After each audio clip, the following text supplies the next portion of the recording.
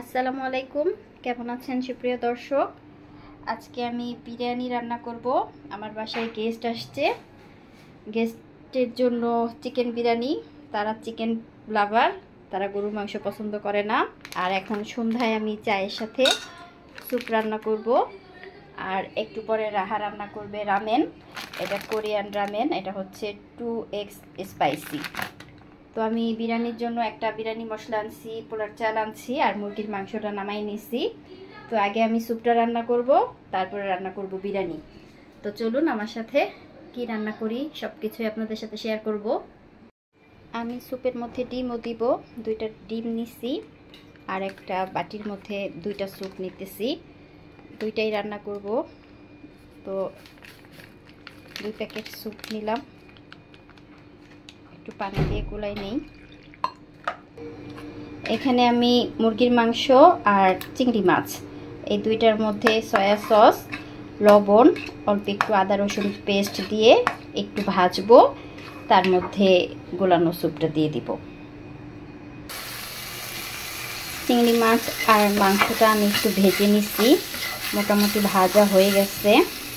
আর এই চুলায় আমি একটু গরম পানি দিছি। এখন আমি এই মাছের সাথে আর মাংসের সাথে গরম পানি দিয়ে দিলাম।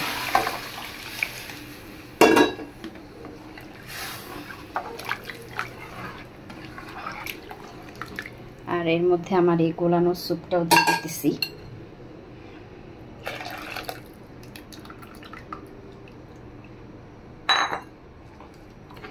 আমরা 5 জন মানুষ আছি আজকে, স্যুপটা 5 জনের পরিমাণে বানাচ্ছি।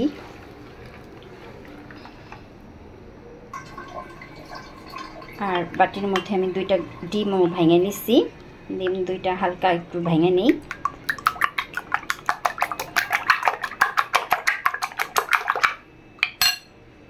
এটা একটু ঘন হয়ে গেলে ডিমটা দিব।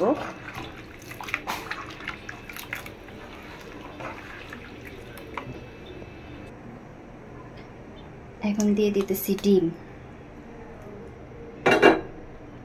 আর বেশিক্ষণ রান্না করব না। আমার স্যুপ রান্না করা কমপ্লিট, এখন হচ্ছে খাবার পালা। আজকে আমার বাসার গেস্ট ছিল আমার মেজো ভাসুরের ছোট কন্যা রোশনি। তো এখন আমরা সবাই খেতে বসলাম, আর সেই সাথে সাথে আপনাদের কাছ থেকেও বিদায় নিচ্ছি। আবার দেখা হবে পরবর্তী ভিডিওতে। আল্লাহ হাফেজ।